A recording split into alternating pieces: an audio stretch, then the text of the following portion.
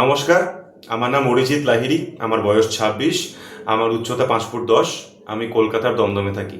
আমি পেশাগতভাবে একজন অভিনেতা, মঞ্চ এবং চলচ্চিত্র অভিনেতা।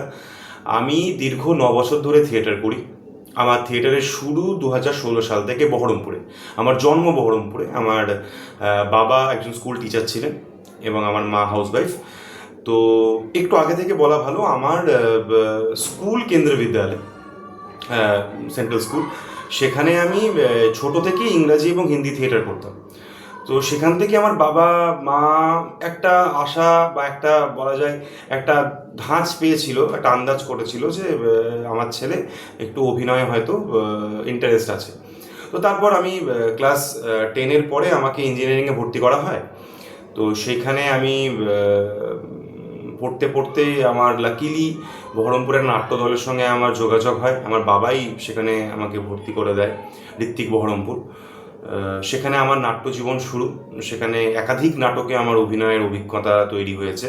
২০২০ সাল অবধি আমি টানা বহরমপুরেই থিয়েটার করেছি। সেই সূত্রে আমি বাংলাদেশ, নেপাল, অনেক জায়গায়, ভারতের অনেক জায়গায় আমি নাটক করতে গেছি। সেটা আরও অনেক ধরনের নাটক করেছি, সেটা প্রসেনিয়াম হোক, ইন্টিমেট স্পেসের থিয়েটার হোক, স্ট্রিট প্লেস হোক, সব ধরনের নাটকেই আমার একটা অভিজ্ঞতা হয়েছে।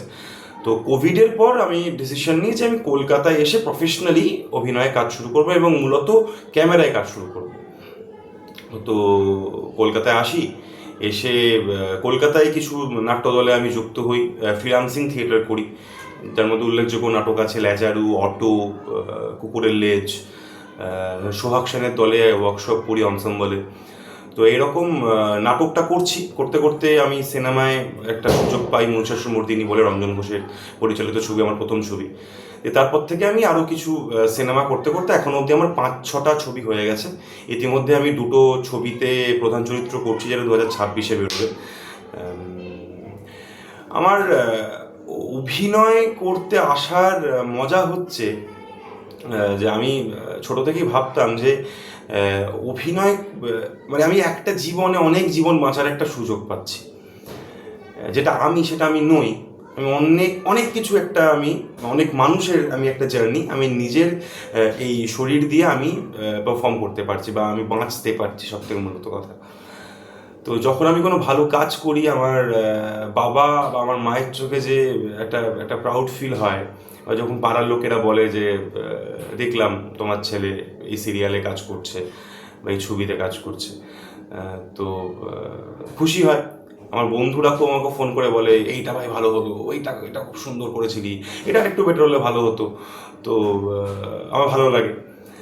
10টা লোক আমাকে যখন চিনতে পারে, আমাকে বলে যে তোমার কাজ খুব ভালো লাগছে, সেটা খুব একটা একটা একটা মানে মারাত্মক বুস্টিং দেয়, একটা একটা পজিটিভ এনার্জি দেয় যে না, ঠিক ট্র্যাকেই আছি, করতে পারবো। আর আমার একটু ইন্টারেস্ট পলিটিক্স নিয়েও আছে, আমাদের কারেন্ট সিচুয়েশন যা ভারতের বা রাজ্যের। তো আমার মনে হয় যে সব থেকে আগে আমার কমেন্ট করা উচিত নিজেকে নিয়ে বা নিজেদেরকে নিয়ে। আগে যদি আমরা নিজেরা একটু ঠিক হই, শর্ট হই, তাহলে মনে হয় আস্তে আস্তে দেশটাও চেঞ্জ হবে। রাজনীতি থাকবেই সব জায়গাতে। আমরা শুধু যদি গাল দিই যে এটা হলো না, এটা কি করছে, ও কি করছে, এই মন্ত্রী কি করছে, শুধু বলে হবে না।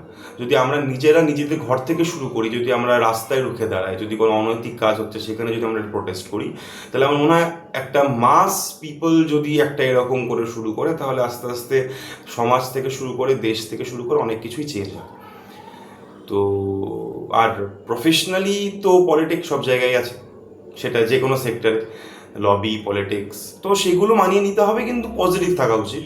সবসময় মনে হয়, মানে সবসময় মনে করা উচিত যে লেটস ডু ইট, কিছু হবে না।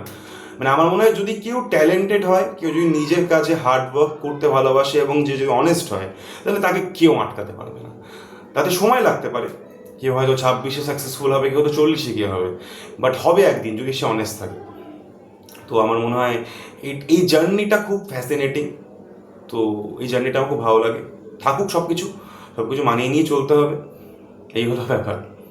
Thank you so much.